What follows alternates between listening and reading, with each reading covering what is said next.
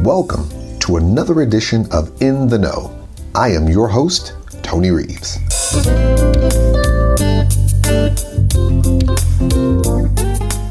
If you're like me, you're always eager for knowledge and appreciate those who generously share their wisdom and experiences. However, we often underestimate the impact of the words and guidance provided by those we admire until some time has passed. It's only when we pause to reflect on their words that we truly grasp the depth of their meaning. Over the 17 years of hosting In the Know with Tony Reeves, I've had the privilege of engaging with numerous powerful leaders who have shared invaluable lessons. On this edition, I'll be shining a spotlight on and discussing the wisdom imparted by these influential figures in a series titled Lessons from Black Leaders.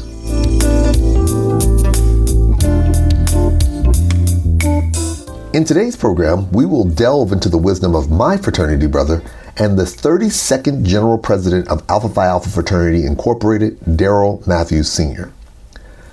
Beyond his presidency, Brother Matthews brings a wealth of leadership experience, serving as Director of Business Development and Intergovernmental Affairs for Vendorship, former President and CEO of the National Society of Black CPAs, former Executive Director of the National Association of Black Journalists, and former Executive Director of the National Medical Association. Back in 2007, I had the privilege of conversing with Brother Matthews as part of a series titled Evaluating the Leadership of Black Greek Letter Organizations. His words were powerful, candid, and filled with insight. Let's take a moment to discuss some of his profound insights and explore how they can benefit you.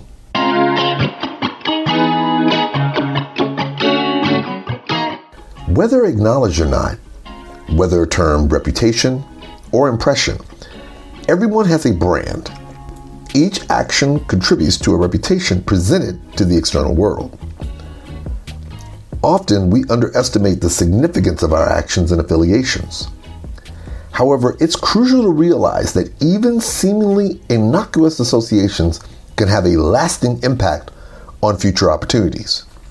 Let's hear Brother Matthews emphasize the importance of being strategic and consistent in branding, protecting your brand, and understanding how it may influence you. Has Alpha Phi Alpha not had a brand, or is this one of these things that no one actually was able to communicate it in such a way so that all the members could speak about it in the same manner? We've always had a brand, but we've meant different things to different people. You know, to some, we were a civil rights organization. To others, we were an organization that hosted the best formal parties. We've been a lot of things to a lot of different people. But as a part of this strategic planning analysis, we hired the Maryland Association of Nonprofits. We retained them to send some of their nonprofit experts out, people who are experts in the field of nonprofit organizations and how they're managed. And they surveyed a number of brothers. They surveyed the board. They did a top-down and a bottom-up operational review of the fraternity. Again, fact-based analysis. Mm-hmm. And they found that we had some very strong brand identities. But we also had some challenges. One of the things that I've taken some heat for, and I know that I'm right, is to demand that our chapters remove these added-on names to their chapter names, these gangster names, these names that depict violent actions. We are bloody so-and-so, we are psycho so-and-so, gangster, gamma this and that. You see, where there is no consistent brand management, then people will insert their own. You know, the interesting thing is when I sit down a couple of weeks ago, I was with 1,700 African-American employees of General Electric Corporation, of which 150 of those were Alpha Brothers, of which a number of those are placed in very significant corporate positions. We have a brother who is the president and CEO of the Asia Pacific Bank of GE, and he's stationed in Beijing, China. This brother is bad. Now, he falls under the radar scope because he's not your typical civil rights leader, your media pimp. But this brother has some major responsibilities, and he has the ability to hire young brothers to come in and work in internships in China. Now, he can't go to his peers when they run a Google on us and they say, well, Darryl, who are you talking about partnering with? And they come back with this long list of names that indicate psychotic behavior, dysfunctional behavior. Plus, those are not legitimate names of our organizational units. So when you talk about your brand, when I assumed office, we were in the middle of litigation with Converse, who had put out a line of shoes called Greekwear, where they expropriated incidental marks of ours. Alpha Phi Alpha is a rather complex organization in today's environment. And you have to have someone running this organization who has an appreciation and an affinity for managing a complex organization, someone who has some business sense, someone who will be focused on the bottom line, but who is a visionary and who is strategic. So when you start talking about brand, a brand is an implicit promise as to what you represent. And when you hear the name Alpha Phi Alpha, does it evoke images of savagery? Does it evoke images of gentlemen scholars who are in the community mentoring young folks? And by the way, parents don't want people with gangster proclivities mentoring their children or being big brothers to their children. So when we talk about a brand, we have to be very careful to preserve that which the jewels handed to us. That's our legacy. While Brother Matthew spoke in the context of the fraternity, his insights highlight the importance of recognizing that protecting your brand is essential. Your brand carries different meanings for different people, emphasizing the need for consistency and avoiding actions that could be detrimental in the long run.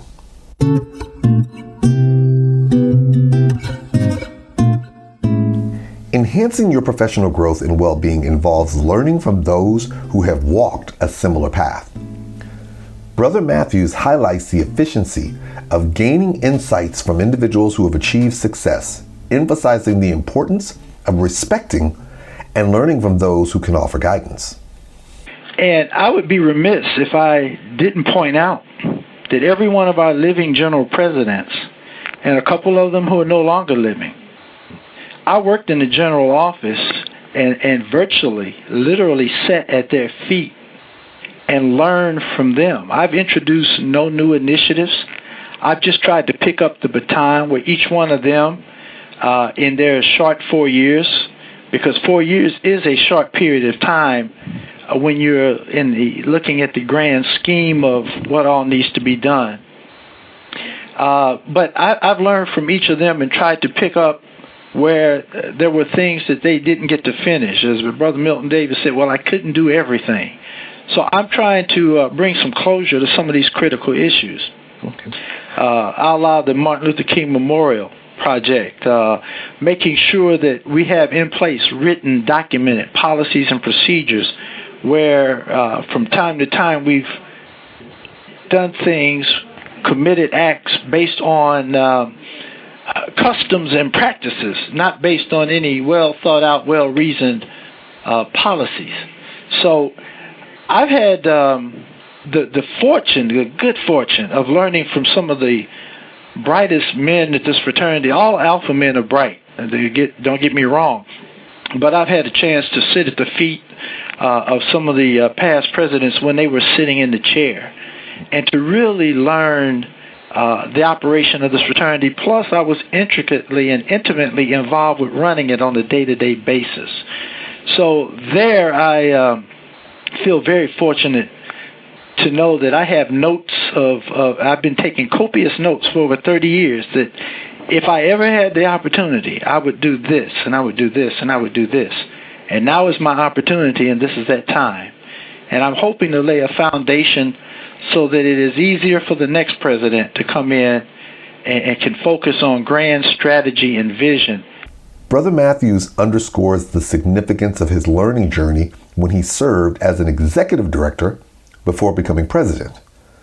While he does not delve into every nuanced interaction, he emphasizes the importance of understanding the goals of leaders, learning the inner workings of each entity, and actively taking notes. With over 30 to 40 years in leadership roles, he stresses the value of paying attention, listening, and learning from other leaders.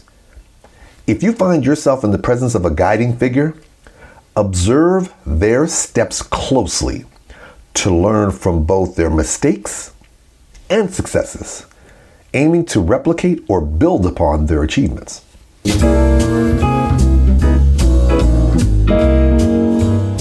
Networking can be challenging, especially if you share my aversion to it. However, as we navigate various professional arenas, the ability to connect with individuals who can enhance your position becomes increasingly crucial. Even within an organization that provides access to influential people, networking can still be daunting. Is your organization actively using its internal structure as a vehicle for strategic alliances, professional development, mentorship, and corporate connections? It absolutely is. We started an initiative called College Life to Corporate Life, C2C. You know, all alphas are familiar with college life. And it was our vision that our young brothers come to us, and we assume that by the process of osmosis, they somehow pick up all of the skills, all of the polish that they need to go out and be successful, because we have so many of them that do. But what we have tried to design is a deliberate strategy to help these brothers to become better prepared. And we see this in some organizations because a lot of our kids do not have role models in the neighborhood or at home. Some of them are first-generation college. Some of them are fortunate, and they do have these role models. But where they don't have them, or where they might have them and we can improve their performance and their knowledge of the nuances in corporate America. The deals that you talk about are happening. There are a number of alpha brothers who are in business. I know I've personally introduced brothers to representatives from Marriott Corporation, brothers who are interested in building hotels, brothers who are developers. Brothers don't need me to introduce themselves to each other. These deals are happening, but we don't put them up on a board and say, hey, guess what just happened here? They are happening. We use our meetings, we use our conventions as prime opportunities to connect. We put out a membership directory, and brothers are scouring that membership directory, looking for venture capital, looking to be of service as a financial service provider, looking for people to sit on their boards of directors. Now, does it happen often enough? I can't say it does or doesn't, because I don't have any data to suggest that. But that's another one of those things where somebody thinks that that's what we ought to be doing. Now, that happens by happenstance, but it hasn't been put in front of me that this needs to be a priority, and perhaps a future president, when they revisit the strategic plan, will decide, okay, we've done some of these other things. Now it's time for us to put our full attention to being a wheeler and dealer in the business world. And, you know, that's a legitimate pursuit, a legitimate vision to pursue. Brother Matthew sheds light on how networking operates both organically and within a structured environment. He acknowledges that transitioning between different arenas, be it from college to the professional realm, or even within the professional ranks, is not a natural phenomenon. Contrary to the assumptions, the engagement between individuals does not automatically happen. Recognizing the importance of such interactions, he emphasizes the need for infrastructure to assist people in actively and successfully engaging each other in a networking format.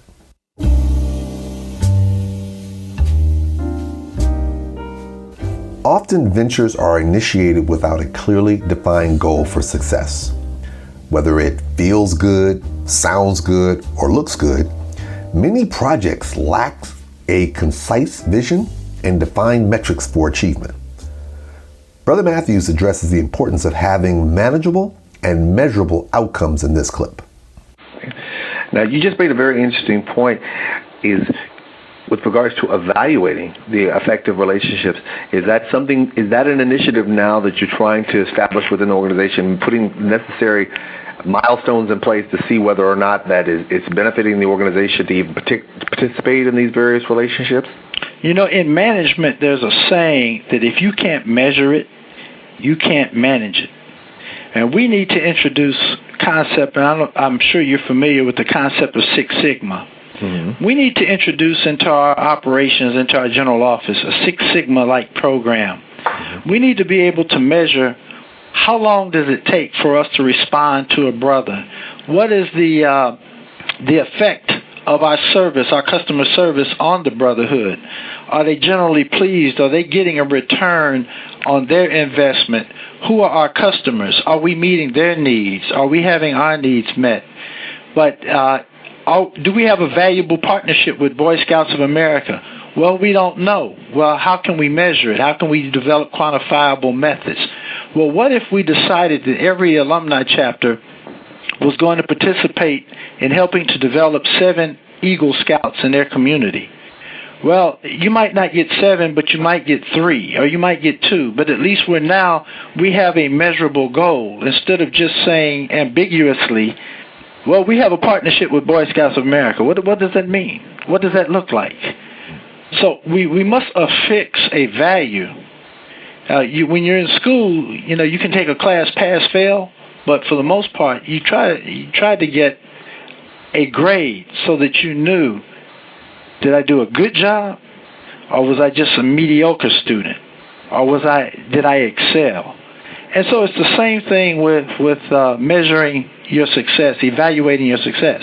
It's not a failure if you're not scoring high. It just says that you need to reassess if this is something we need to be involved with.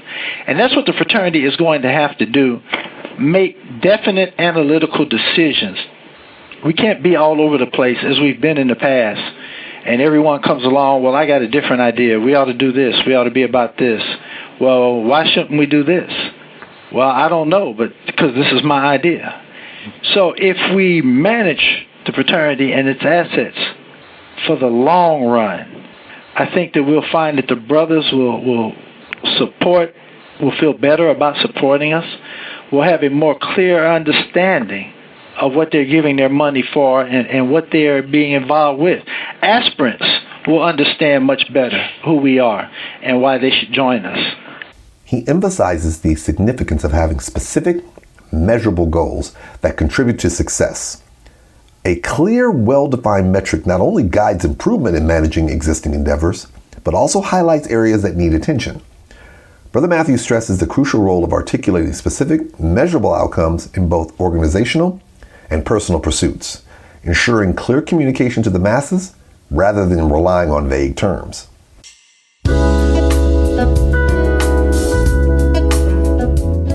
In my years of leadership, the common phrase, praise in public, criticize in private, has been a guiding principle.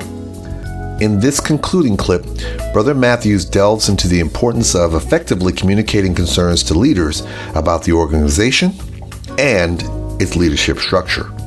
And let me add this, if I might. Brothers, I'm not perfect, and I should be held accountable, and you should ask me the hard questions. But don't do it in a public conveyance. Don't write in the public newspaper on the listservs. Don't undermine your leadership publicly. That's all I ask, because if you do that, then no one is going to respect us or your leadership.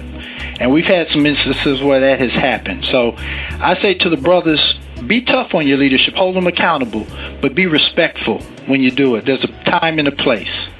The aspects we discussed tonight are crucial for navigating and advancing in your professional career. Maximize your brand's impact, ensuring that it speaks consistently for itself even when you're not present. Seize opportunities to learn from leaders, gathering knowledge to build upon your intended legacy. Maneuvering in professional spaces requires acknowledging that it is not a natural phenomenon, and understanding how to build those relationships is crucial. Whether in personal, professional or organizational settings, having clear, defined goals is imperative. As a growing leader, not only set the culture for constructive feedback, but demand its maintenance. These principles are essential for your professional journey and leadership development. Thank you for joining another edition of In the Know with Tony Reeves. For more updates on the Anthony Reeves experience, upcoming shows, programs, blogs, podcasts, or YouTube videos, visit anthonyreeves.com. I am Anthony Reeves, and as always, are you ready for the Anthony Reeves experience?